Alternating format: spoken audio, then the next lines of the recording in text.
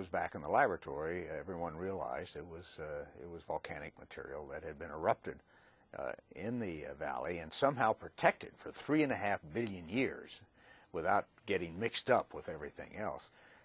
And it has become a very, very important sample, an increasingly important sample in trying to decipher what the actual origin of the moon might be. The next day, CERN ends Apollo 17's 75-hour sortie as the last man on the moon. This valley of history has seen mankind complete its first evolutionary steps into the universe, leaving the planet Earth and going forward into the universe. I think no more significant contribution has Apollo made to history. It's not often that you can foretell history, but I think we can in this case.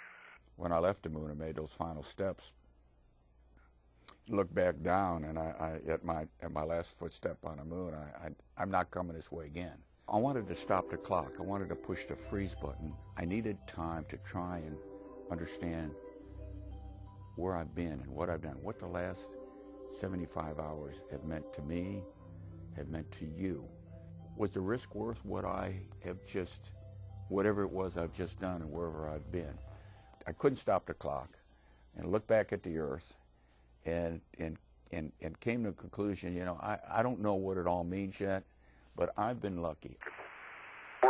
On December 14th, 1972, human exploration of the moon is ceased. 2, 1, ignition. Right away, Houston.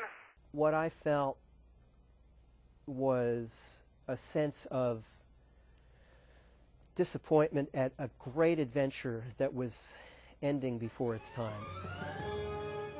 And also the sense of a grand human adventure that had ended too soon. We had just begun to scratch the surface of what the moon could tell us.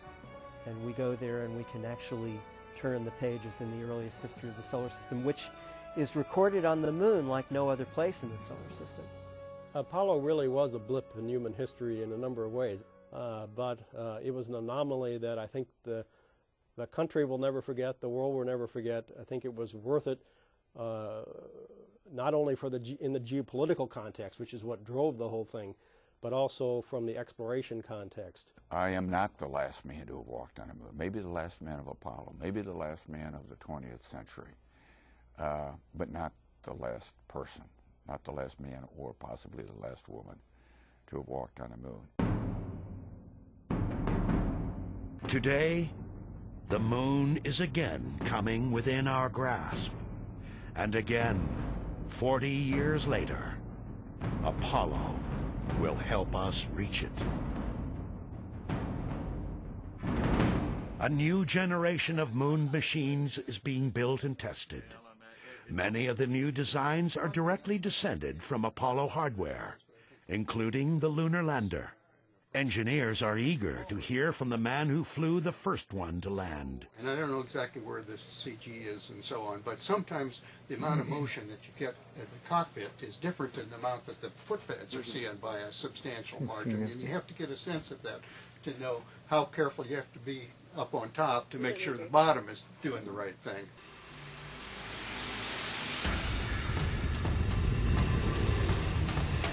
The next generation lunar rover will bear little resemblance to the Apollo buggy.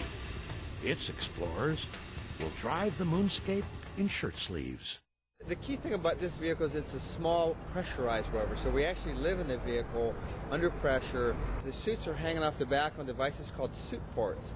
What we do is we literally open a hatch inside the vehicle, open the back hatch of the suit, step into the suit, and 10 minutes later we're boots on the surface sampling rocks. In an Apollo-style unpressurized rover, you've got 8 hours of consumables in your suit, so you have to go out and turn around and come back at the end of each day, whereas here we're going to live in it.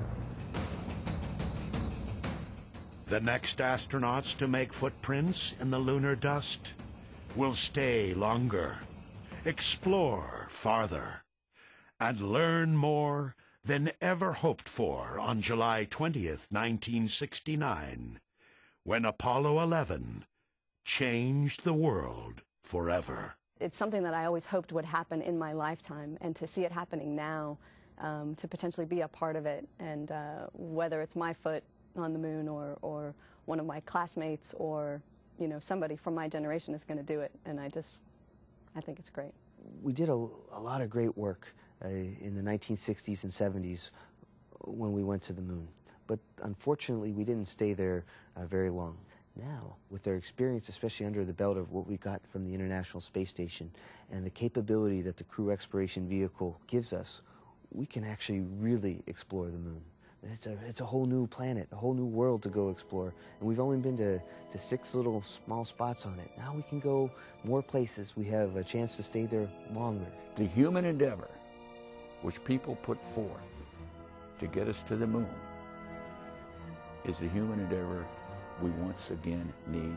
The spirit of Apollo, the legacy of Apollo, is that human endeavor to do what has never been done before, to reach further than we've ever reached before, to be willing to try, to not be deterred by failure.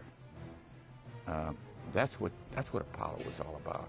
And as the centuries unfold, we'll go many, many places, but this is the first, and this needs to be remembered as one of the wonderful things of the 20th century. It is a great adventure.